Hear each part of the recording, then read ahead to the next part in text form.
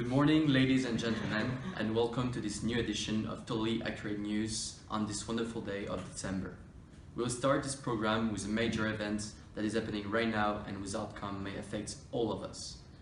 The Organization of the Petroleum Exporting Countries, better known as OPEC, is trying to convince Russia to organize a cut in supply in the next months.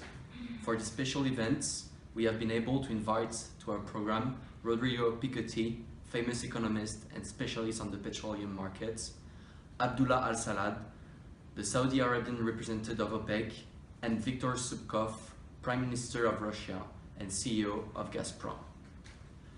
In order for us to better understand this event, let's ask Rodrigo Piketty what's happened in those past years to push those giants of petrol to discuss on this crucial agreement.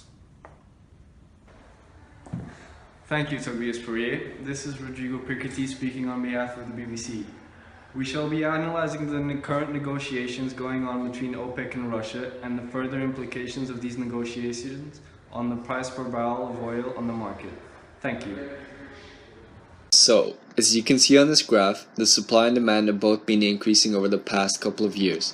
Since the year 2014, we can see that supply has grown more than demand, meaning that the price per barrel of oil was decreasing. As shown on the graph, we can see how the oversupply has led to lower prices. This has been due to a diversification into the Asian market, a global trend towards using energy-efficient resources, and political instability across various oil-producing countries. The collusion agreement between both OPEC and Russia, two giants of oil production, is aimed at cutting the supply of oil, thus making oil more scarce and hence setting a higher price per barrel of oil. Consequently, OPEC would like to decrease the global oil supply by 1.2 million barrels a day to increase the price of oil per barrel over $50. Given Saudi Arabia produces the most, it would take on a greater bulk of this cut, reducing their output by 486,000 barrels per day. Members of OPEC such as Kuwait, Qatar, and United Arab Emirates will on aggregate cut the supply by 300,000 barrels per day.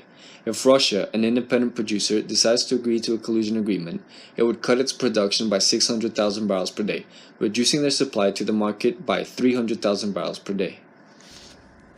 Thank you, Rodrigo, for those precise information. We'll now join our team that is live in Moscow for the meeting between the Russian government and the OPEC.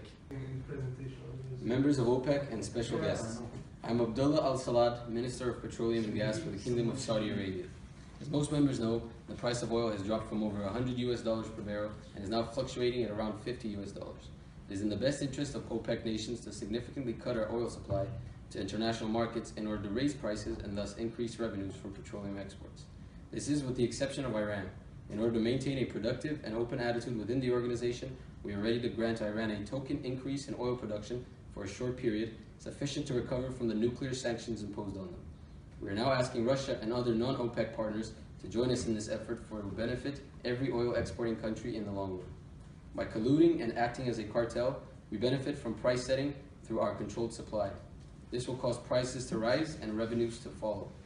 Many OPEC nations have severely felt the fall in oil prices over the last decades, and the Kingdom of Saudi Arabia needs a higher oil revenue in order to gradually bridge our economy into being less oil dependent.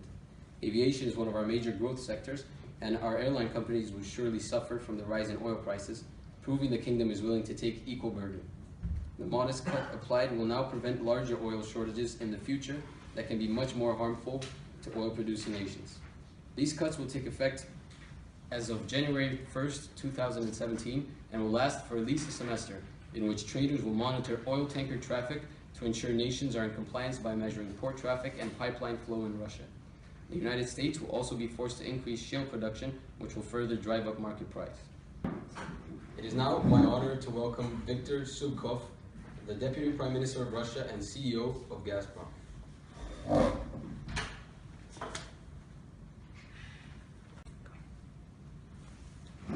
Ladies and gentlemen, this is Viktor Zubkov, First Deputy Prime Minister of Russia and Gazprom CEO.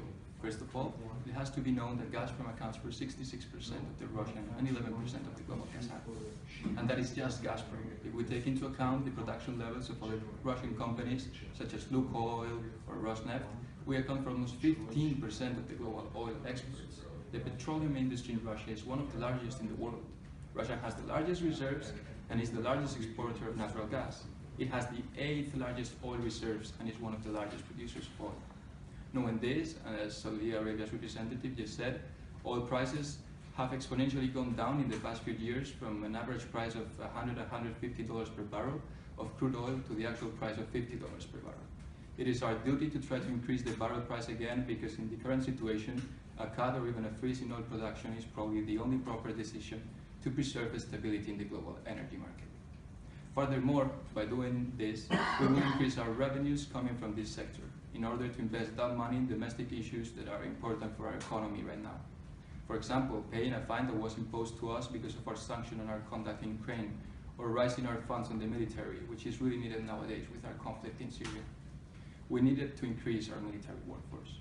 Rising the price of oil will be a great way to finance those operations.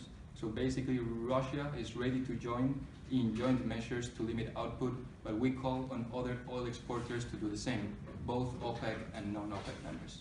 Thank you.